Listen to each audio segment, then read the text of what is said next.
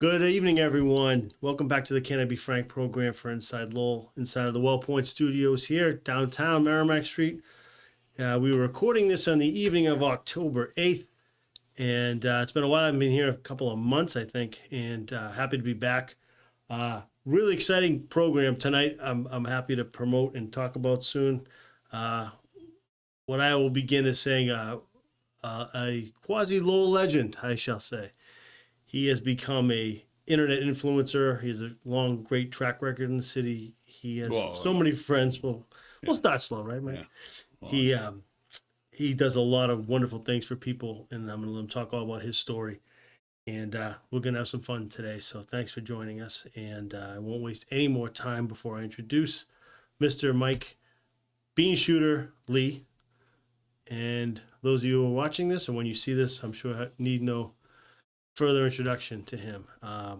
He has 308,000 Instagram followers, and without saying much, that is essentially more than 2.5 times the city of Lowell. So if every citizen in Lowell, subscribed and followed the Beanshooter, I'm going to call him Mike. I want to respect him, and that's how many. So he does some great things. He's extremely hilarious. There's so much great content daily basis, and we're going to get into all that tonight. And so I hope you enjoy. And so without further ado, welcome. Thank you, Beanshooter Lee. Thank you, Frank. Thank you. That was a long, great track record in the city. Might be a bit of a stretch. Might be a bit of a stretch. That's all right. But, buddy, if you don't mind, I think I would love for you to just start and share from as way back when as you'd like to go about your growing up in the city of Lowell, your trials and tribulations, your difficulties, and then where you are today and all that good stuff. And you can speak as freely as you like. Well, thanks. And it's a long story. As you were just saying, Dean, we're old now, and it goes back. And when I came into this building, I looked out the window and I showed you, I took a little video of the alley. I used to run around in these alleys when I was a kid, smoking joints and, doing other things that, we're not gonna glorify, but, tripping and with kids and selling things and running around and looking down at that alley. It's like, wow, I was talking to a friend of mine earlier today and I hadn't seen someone in a while. Or something happened to me and it was in 1983, and I'm like, holy shit, that was 42 years ago. And it's tough when you start getting old, and you start thinking like, oh man, because we still think of ourselves. Well, I do as young, You say 1982, 83, like, oh, that was what, 15 years ago? Like, yeah, 42 years. Yeah, 42. Yeah. So growing up in Lowell, I came from pretty good family. It's not like, we were dirt poor or anything. My father was a bartender and a bookie. Parents got divorced early. It was a dysfunctional household, like most of us who grew up, Irish American, that whole scene. My father was always, my father's one of these guys, he's 82, he still drinks 7 days a week, but he goes to the gym 7 days a week. I can't say the guy's an alcoholic, but he was wild when I was younger, and I used to say I'd never drink because I'd see him come home drunk and falling down and doing shit like that. And so I got into, the wrong crowd at a real young age and started, smoking weed and doing mescaline and acid and coke, the whole nine at a real young age. And at the age of 14 or 15, I got arrested for breaking in a house and trying to steal some pills in a pocketbook, and it was a home invasion. Someone was home, and that was my first major arrest. And I got committed to DYS until I was 18, and they let me out after like 7 or 8 months. And after that, it kind of started, a cycle of getting out, staying out of trouble for a little while, falling back in with the wrong crowd, back in, and I was wayward for a long, long time. And what transpired from there? From what age and what was the path after those early years? Well, I actually ended up escaping from a DYS and caught another couple serious cases when I was 17 years old, and I went to the Berwick House of Correction when I was 17. So I was, we were talking earlier about Lowell High. I saw Dickie Eklund earlier, and we FaceTimed Mickey, and Dickie had on like this nice dress shirt for some reason. I had on a nice shirt, and he said, "What's it? Picture day at Lowell High? You with Mr. Eklund? He looks like a substitute teacher." And we were laughing, and I was talking about earlier, and you're like, "Yeah, you guys didn't go to high school," and I didn't. I didn't go to high school. I went for a few months of freshman year, and for years it was just, the goal was always trying to make money, right? That should be the goal for all of us, right? We want to, Yeah. I remember the first time I was with one of my best friends, rest in peace, Timmy King. The first time I was like 13 or 14, and we bought like a half ounce of weed, and we rolled up joints. And I remember I went down the World of Games. It used to be an arcade on Middlesex Street, and I was selling joints, and I had to get $35 back to re-up. And I had like $70. I had like $85. So I was going back to get like an ounce. Like, let's say I bought a half ounce at the time, and I doubled my money, and I had $15, and I went over to Elliott's Hot Dogs, and I got a couple of dogs and some French fries and a Coke. And I remember thinking, this is the greatest thing in the world. I double my money, and I'm going out to eat. And that's what I still try to do, is make money and go out to eat every day. So for years, I was always, trying to do this or that to make money. And I never thought I would get addicted to hard drugs, because I always sold drugs. And then there came a time in my, came, pretty quickly. It seems like such a long time, but in my mid-20s, I was out on bail for a case, and I knew I was going to state prison for a while. And I started with hard drugs, with heroin. Inside of prison? No, when I was out on bail, okay. I started. And for a while, I dabbled, because I was always around it. And I grew up around so many, not a good word to use, junkies, right? But I grew up around so many hardcore addicts, we'll say, that I always thought in my mind, like, as long as you don't do opiates, 3-4 days in a row, you won't get physically addicted. Like, I was too smart to ever. Thought you could beat it, of course, right? Yeah. You got a way around. And for years, I'd sniff a bag, and once a week or once every 2 weeks. But the problem with a drug like heroin or opiates in general, whether it's oxys or perks, is once you start enjoying that feeling, God forbid something bad happens. A parent dies, a girlfriend cheats on you, whatever it is. That will take you away. Yeah, it will trigger you, but it'll take you to a place where you forget about everything. Yeah. That's what addicts do, is we run from our feelings, right? We don't want to feel, so we drink, we use, this and that. So eventually that's what happened. I had a bad set of circumstances, and that was my first time being addicted to opiates. And that became a battle from the age 26 to the age of 43, where I was in and out of prison and struggling with opiate addiction. That long, Mike? Oh, yeah. Yep. Oh, so we'll flash forward. Obviously, that's when you finally broke that cycle, got out, got clean. Like, where does that story take you? Like, you're here and alive and kicking many years later. Yeah. What was? Well, I first of all, I'm sorry. What finally got you to say that's enough, or get you in, or who helped you clean up, and then more so, what did you do with eventual sobriety? Yeah.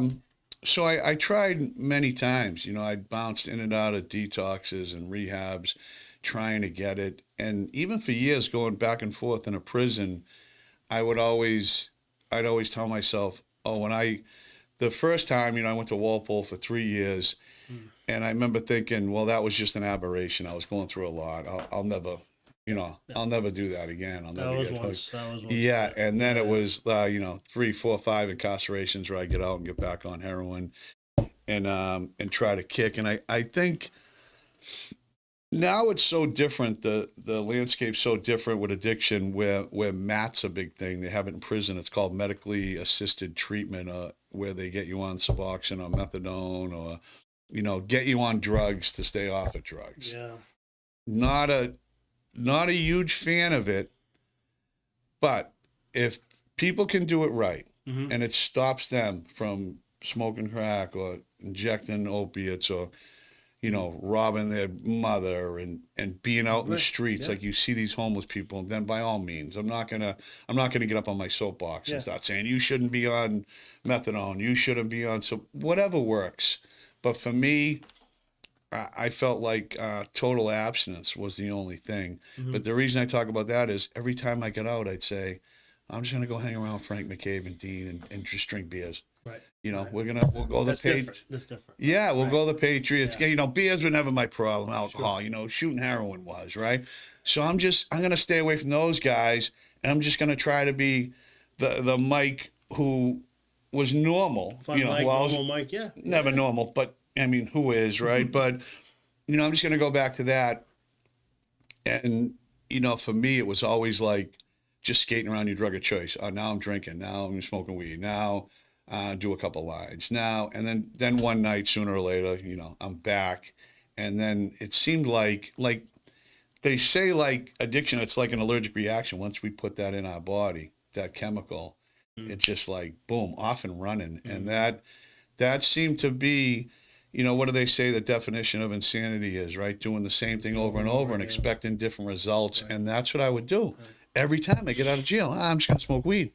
I'm just going to drink beers. I'm just going to go to the game. I'm just going to do this. Yeah. And I would end up back robbing, stealing, drug trafficking, whatever. Those were the things that landed you back in and out of prison. Yeah. Those are the things that was happening. Yeah, I mean, Robbing I and stealing was for out of drugs. my mind. You know what I mean? Yeah. I did a lot. I mean, I never raped anybody. I never killed anybody. Yeah. You know, but other than that, I mean, pretty much ran the gamut from, you know, robbing stores. I robbed pharmacies. I robbed banks. I broke in houses. I stole cars. To chase your fix. Carjacks. Yeah, I mean, the whole nine. Yeah. You know, I was, you didn't want to see me coming, you know, and not that I was this big bad, like like Debo or something, but, you know, I jump in your car if you left it running at the store, right? You know what I mean? You left your wife's purse in the car, or, you know, You were taking it. you don't want to see me walking down your street. Yeah, We'll you say were that. taking it. We'll say that. But, So, and again, let me start again by saying thank you for coming here today, because I think your story is amazing, and frankly, our families go back a long way, and we have so many mutual friends, and I think everyone's a friend of yours in some capacity. And I want to shift over to that part of your life, yeah. meaning when that stuff, stealing your mom's purse, great line. Once you truly got behind that, what have you done over the last, how long have you been sober? 12 and a half years. 12 and a half. September So 17th was 12 and a half years. So happy anniversary. thank you. Yeah. I always say that to people, and people will come up to me sometimes because I know I'm sober. Like I used to get high with her, I know, and they're like, yeah, I'm sober. I've been sober. And I'm like, oh, all right, good. You know what I mean? I didn't ask you, but, you know, good for you. Yeah. How long you been sober? And they're like, geez, it's like, and I'm saying to myself, no, you're not, motherfucker. She's going to say what? Yeah, because I know exactly. St. Patty's Day 2013, okay? You're not taking that day from me. You know, I could tell you to the frickin' day, Yeah. you know, it's, especially for someone who is, you know, a hardcore addict. Yeah. You're not going to be like, oh, geez, how long it's been now? I mean, You know. maybe When if you know, if you you know. got Alzheimer's, maybe. But Yeah. most people, Yeah. that, you know, it's a milestone. And, Yeah, of course. I mean, and when that day rolls around, you know, there's a lot of reflection. You think about it. A friend of mine, Brian, said that to me once. He's like, a lot of reflection on that day. You think about, wow, you know, 12 years ago, 13 years ago, whatever it was, I was getting on a plane, you know, to Mickey Ward got me in a place in Florida, and he That's picked right. me up at Fort Lauderdale Airport, and he took me to the Florida House Experience in Deerfield Beach. And Mickey walked me into the door, and he lied to me getting me in there. He told me they had methadone because I was on the methadone clinic, and anybody who's ever detoxed from opiates knows coming off methadone, it's like you see in the movies, like cold turkey, like laying there in the fetal position for 2 weeks. You don't sleep for a month. You know, you're throwing up. You can't move. And he walked me in the door, and I was getting sick. And he still does the impersonation of me, how I looked, and he said, Mike, and I looked at him. I was kind of in a daze, you know, and I'm like, what's up? And he goes, this is the last time you have to do this. You Wow. know, yeah, pretty profound. that's a right? good, profound line. Yeah, Right? pretty profound, you know. And I just said, yeah, whatever. And then I went in, and I was starting to go through the DTs and everything, or whatever, you know. Not really DTs like alcohol, delirium tremors, but you know, the shaking and sick. And Yeah. and I said, when do I get my methadone? And they said, yeah, we don't have methadone here. And that's when I wanted to I don't care how bad his body shot was. I would have fucking tackled him Well, or something and bit him you at know. that time. I haven't. Thankfully, I haven't battled it personally, but I have many friends that are addicts that have gone through this. Most of which, thankfully, have ended in a success story, at least to date. That's awesome. You know, and a mutual friend of mine, I told him I would be speaking with you today, Eric Wayne. Oh, yeah. Nana. And Eric sent me a very long text about how much you meant to him. Said the first letter he received when he went to prison for all of his problems was from you. Really? He got a letter. Yep. Wow. Didn't forget. He said Mickey Ward, you brought him out there to see him. Yeah.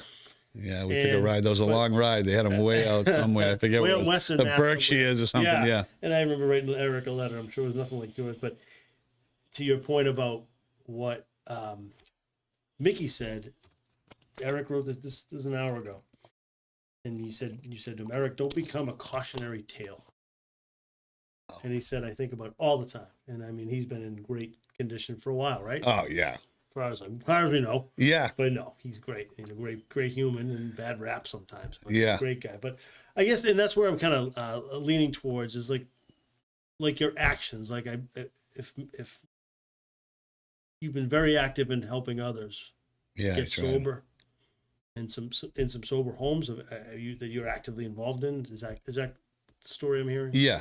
I own 2 sober homes in Lowell. Okay. Maybe today I might have a PNS signed. I might have my 3rd property, which would be, I should find out right now between like 3:30 and 5:30. I should be getting a message. Or I think I might be closing on a 3rd property, a 3rd sober home. And yeah, that keeps me going. So, a lot of people I feel like that, my persona online is, breaking balls and doing this and that. And it kind of rubs people the wrong way a lot. And I don't put on there me, helping people. But you know what? People don't want to see that. They'd rather see me, yell at a cop and call him the enemy or do something, tell somebody they can't park there than hear about me, helping some guy get sober, to be honest with you. And I don't put that on there enough. And my one of my closest friends, Spiro, probably my closest friend, he always, you got to put the good stuff on there. You got to put the good stuff on there. And I'm like, people don't want good stuff. No, it's a fine balance, and that's a perfect transition. I've made a lot of notes because, you know what? Thank you so much for sharing that, first of all, because you're so articulate about an awesome story, man. That's amazing and inspiring. And said we have a lot of mutual people in connection, and you're really well thought of. But now let's have a little fun with the Beanshooter story. It's 308,000 followers. That's a lot. Like to the common man, we all have 280, 780. Oh my God, I hit 1,000. Oh wow, big deal. Yeah. 308,000 people are watching you every day, and you have amazing content. And to your point, your content is fun and frivolous and entertaining, and like you said, some of your catchphrases, I wrote some down, but like the get back your car there. It's a car on fire, or a car on the side of the highway, and people are just lambasted with your. Yeah, I get some good reactions. We know I can't park here. And I always notice, and I'm going to talk about the police in a minute too, but when you see a person wearing a mask, what do you yell at them? Watch out for that fresh air. It's going to get fresh air. It's only a matter of time. Every reaction is the same because these assholes wearing masks obviously are. I like it. Exactly, Frank. You're an asshole. COVID my ass, but Jesus, put it up over your That's nose. a beauty. Yeah. The other one I like a lot. You always say like a gent. Yeah. A gent. Yeah. That's a classic. That's an old school phrase. Yeah, I sound like a gentleman. When did that one begin? I don't know. Going back, I'd always say things like, when I was a small child, my mother would look me dead in the eye. When I was in rehab in Florida, there was a kid from South Boston, Evan Yanovich, and he said to me, Mike Lee, you got Snapchat? And I said, what's Snapchat? And he said, oh, Mike Lee, you need Snapchat, right? So it's funny. He's an iron worker now, and sometimes he'll call me and he'll be in like a meeting with all these guys, and they're like, you don't know Beanshooter. He's like, I'm the one who fucking got Beanshooter to fucking download Instagram and Snapchat.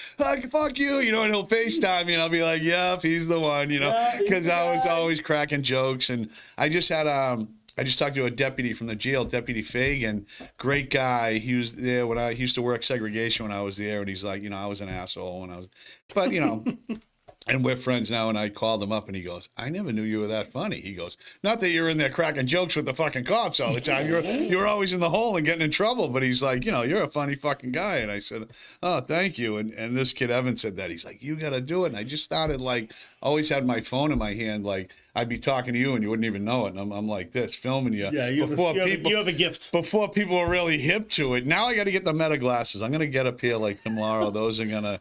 For those of you listening, he's going to have glasses on. Yeah, just look away or run. That's going to be great content. So, yeah, it just kind of took on a life of its own. And I might as well talk about the Beanshooter name. Do you know where it came from? Please, thank you. Please and thank you. Okay, so I might as well get that out of the way because people think all kinds of stuff. My daughter went to the Rogers and the kids had Beanshooter shirts. I got to start selling shirts again. And the principal's like, oh, you can't have them in here. We know what it means. I'm like, really? What does it mean? And Beanshooter's a kid from Staten Island, Peter Sikoriak, PW, was my roommate in rehab. And one day he's like, I was talking to this old Jewish guy, Sheldon, and he's like, yeah, Mike, don't fuck with that guy. He's a fucking bean shooter, I go, what? He's a fucking bean shooter, flapper. I go, what? He's like, you don't know what a fuck, even though I'm from Lowell, right? You don't know what a bean shooter is in Boston? I go, no, we don't. And there's a South Park episode where they go on a field trip with the New York kids. They don't know what a queef is. And I'm like, come on, I'm feeling like the South Park kids. Like, what is it? Tell me. And it's just somebody who's always lying or exaggerating. So I started telling everyone, shut up, you fucking bean shooter. And everybody I talked to, when they start telling me a story, I'd be like, listen to this bean shooter, So it'd be... How far back's that go? 2013. Oh. Yeah, when I went to rehab. That's when it came about. Yeah, St. Patrick's Day, 2013. That's where the Beanshooter was born, in Deerfield Beach, Florida. And then, I'd just be... And it was... Snapchat was a little more loose then. I'd put all kinds of stuff. I was crazy.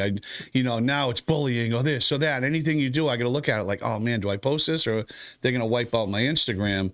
But it used to be a lot more fun too. Like I said, sometimes online, let's say I see you in the store and you're balding in the back, and I zoom in on your head, like, check out the baloney pet. pet. That guy with the hair the other day, that was the greatest thing I ever saw. He thinks he has hair, and the guy in the back. By the way, I'll interject right here. Instagram, Beanshooter69, correct? Is the tag? Yeah. You got to follow him if you're not. Basically, anyone who's watching this probably already is, but yeah, unless they hate me. If you need a good amount of them out there. If you need a little pick me up in your day, you're good for little levity. 5. It's just it's fun, it's comical, it's harmless, it's fantastic. It's harmless, and it's going to lead into our next little bit about some of your content. And I'm going to say it's law enforcement. Oh yes, you have a way, and that's where I say, are you everywhere all day? Because sometimes it's 2 a.m. and you're at a crime scene. It's people are saying 5 a.m. Like, what do you drive around with a scanner? I go, I said, just friggin' shoot me if I'm driving around with a scanner. No, I'm not driving around with a scanner. You seem to find these scenes. And yesterday, another mutual friend of ours, you find these police scenes, and it's always comical and harmless. And so let's go ahead. Go ahead. Officer Flintstone? Talk about Flintstone if you like. He's one of your targets. It's funny because, the cops, not that they always hated me. I remember there's a little cop, Billy Callahan, who's always real good to me. Billy, sure. Billy's the best, Yeah. And he's helped me in the past. Even when I was at my worst, he'd pull me aside and he'd say, Mike, there could be 10 cops that like you, but there's 2 that are like, hey, screw this guy. Sure. You know what I mean? Sure. And that's the case. And for anyone, no matter who you are, right? If you're doing bad things, it don't matter how much they like you. Only so much they can help, right? Yeah. But now it seems like I have a big following in the law enforcement circles, and a lot of them, I call them the enemy. Yes, I know the enemy. The enemy. They are the enemy, and the enemy can't wait for you to make a mistake. they're always lurking. So there's a little cop, Nils Christensen. Yeah. Who's just a great guy. I mean, some people another character are just like a throwback personality. He's like a beat cop from like the 60s, yes. from the 70s. He should be in black and white. Yeah, with the blackjack and the like, just give you a slap if you're out of line. Poke at him. Yeah. So, the old days, pull you over drunk driving and follow you home. He's that guy. Yeah. He's that guy. Although they can't do that stuff anymore. but Nils, I mean, if anyone can take a joke, he can. Yeah. And he's just a great fun guy. And I gave him the moniker Flintstone, Officer Flintstone, and it caught I can on. picture him pushing the car with the Yeah. feet, you know, Yeah. like he's got that look. Yeah, I'm afraid Mr. Slate might have called him into the office and complained about him being on some videos, because the other day he was kind of like rather stoic when I was trying to interview him. Oh man! So Yeah, I saw him at the crime scene yesterday where that kid got killed. yeah, that was awful. Huh? I guess Flintstone's the one who pulled him out. He grabbed him by the ankles. Get run over by a garbage Yeah, truck. yeah, he was under the truck, and I think Flintstone pulled him out. Yeah. Yeah, yabba dabba do. Yeah, they were sleeping next to a dumpster in the alley, and the truck come down the alley. Obviously didn't see them. Obviously didn't see him, drove over him, and the kid died, and his girlfriend got partially run over. I know she's in the hospital. I don't know how bad she is, but you know, I'm saying, wow, they got a big lawsuit. And then someone else said, well, no, they were sleeping on the road. But then my father mentioned, I think he might have heard it on CAP or Teddy Panis's thing, where it's like if it's past, you're not supposed to be there until 6 a.m. or something. So that might be a loophole for them, where if they weren't supposed to pick that up till 6 and they were driving down that dark alley at 4:30, but yeah, hey, that's another thing where that's where drugs and alcohol took these two people, where they were sleeping in an alley on a mattress. It's sad to watch that Appleton Street stretch in the mornings. So in any case, don't go on that dark road. Yeah. So I want to end on a really good positive note with you about some special cause you and I both part of. But any further things you want to share about your platform and what you're doing and your positivity and your videos and all that stuff? Like, what is your goal through being Beanshooter? My goal is to help people. I try every day I get up. I try not to hurt anybody, hurt another addict. Try to help another addict today. I had one. Everything I do is off the cuff and it's real, right? And the only time I ever staged a video, it went ultra viral, and boy did it backfire on me. Okay, so here's one. I got to mention this because I see people to this day and they're like, oh, he's that asshole that did that, right? And it was a kid, Timmy. When I got arrested for robbing a few banks, I was living in a house with this kid, and there was an anonymous call from that house saying I robbed the banks.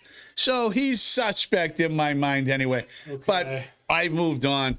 So I see him up at the connector, right? And I still give him money here. Hey, Mike, come to me with the sign. So one day, who's the person you live with? When I was, he was living in the house. Yeah, that he might have been the one. So I pull up to him. I say, hey, I'm going to give him like $50. I say, I'm going to pull up and just throw a coffee at you, just give me the finger. And did you ever see it? I have seen it. It went viral all over Twitter. People putting things like, imagine your life can't get any worse. And this guy shows up and you see me pull up in a Well, there's no context to it. Yeah. That's unfortunate. Yeah. If you know what you're saying, you'd be like, fuck that. So, and there was a girl, Mary Beth Sullivan. Did you know Mary Beth Sullivan? So I don't really know Mary Beth. So I remember her brother worked at Billerica, Larry, good kid. Yep.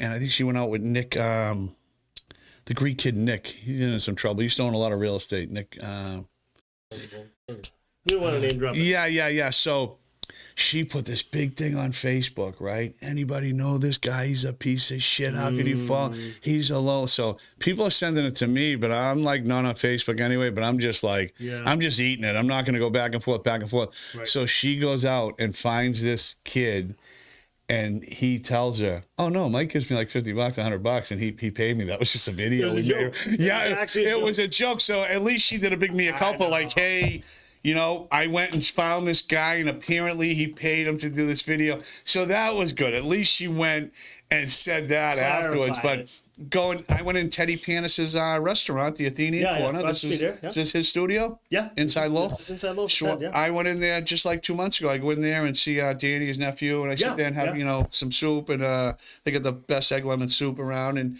I'm sitting at the bar. Bell. Ding, ding. Yeah, I'm sitting at the bar, and so I sit there and watch the game, whatever, and have something to eat.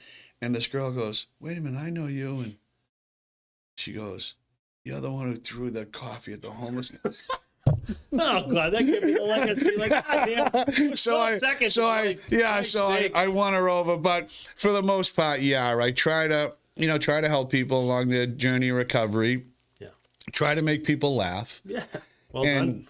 And well, thank you. Well done there. And like I was talking on before all this, a little bit before we get into this, when I first started the Snapchat, I'd like zoom in on somebody and like, be saying something, whatever, right? And now so many people follow me. Like if I didn't know you and I'm behind you in line at Subway and I'm like, look at this fucking guy with the Frank shirt on, right? Fucking, I wouldn't wear that to the fucking electric. I wouldn't wear that to the electric chair. I'll say something, right? And next thing you know, I get like 8 messages. That's my father. Hey, that's my brother. Yeah. Hey, you put a video. It's like, can't you just laugh, everybody? Yeah. So I like the other one. Just quick is you did a video a couple of days ago, the kid getting a haircut. Yeah. And you said a phrase, my God, it was like the throwback phrase, like, what'd you pay for that? I think of mackerel. Yeah, because in jail, they get the little packets of mackerel. So that's a thing. Is that where that comes from? Yeah, it's like a currency. Oh, ramen noodle soups, mackerel. Yeah, so that's where that came from. So if you know, you know. See, that's a good thing. That's a good one. That's a good thing you don't know about the bags of mackerel. We hear all these expressions that a bag of mackerel. Yeah. Last topic before we close, but great conversation, Mike, so I appreciate it.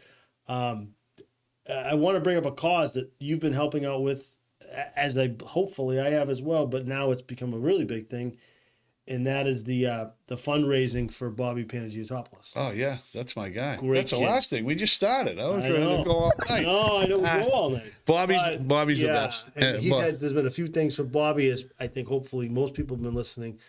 Suffered a terrible, for lack of a better medical expression, a stroke, right? Yeah. He was a medically induced coma, Lowell High School football coach, wrestling maybe as well. Yeah, track. Wonderful kid, track, right? Yeah, yes. Played football, yeah.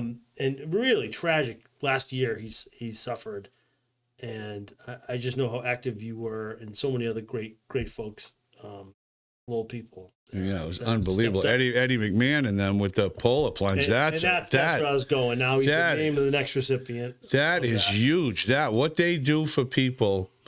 I mean, I could go put on my Instagram, hey, yeah, he's having a fundraiser. He's doing this and that because, Bobby's a great kid. And, his father, Sammy, is a friend of mine. I grew up with Sammy. And I can do all that. But the stuff that they do, that polar plunge thing, Eddie and Ray Keefe and Sean Kremen, unbelievable. Fins. Yeah. And I've just done little things like I've had them on this program to promote it, and man, I just know how much you're involved in his. What I can do pales in comparison to what those guys do, and I don't know Ray Keefe. I know Kremen good, and I know Eddie McMahon, and I know all those guys, but Ray Keefe got up the other day and spoke about. Some young girl who's a quadriplegic, her life was going fine, and she was in a car accident, and he was tearing up, and I was tearing up listening to it.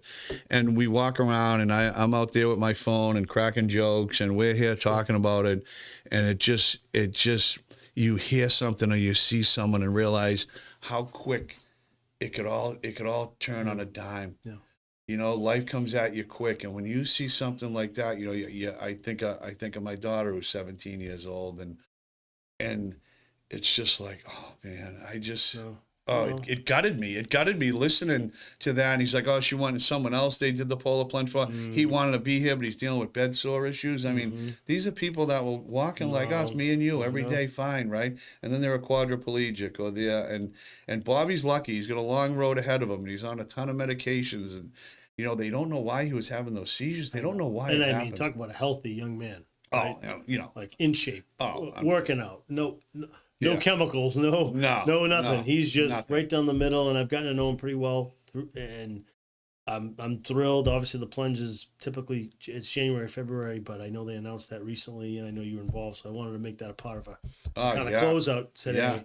Yeah. I was telling people them show up. I love it. I was telling his mother. I think it was mother when I was 15 years old and I was in DYS. It might have been one of the first ones where I was doing a year in secure treatment, and I was in like 3 months, and I was in Westboro secure treatment, and back then the kids in there for murder and everything. It was like, that's where they put these kids, Westfield and Westboro.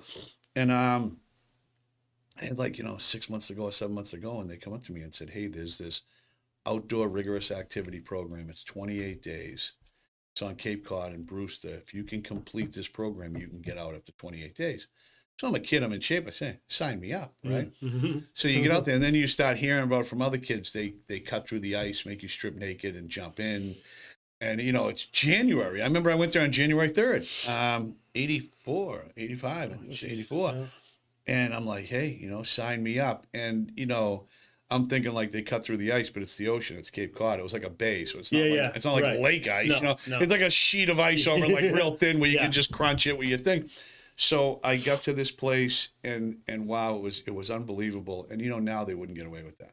Yeah. You know, everything's so I know. soft Can't now. let it, yeah.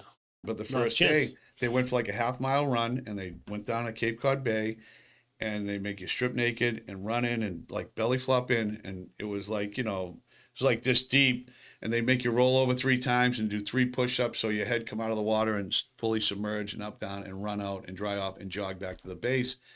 But the camp counselors there were like these mountain men. Like chewing tobacco, like the big grizzly beard, right? Real men. Yeah, and they'd strip naked and just walk in like it was fucking August, right?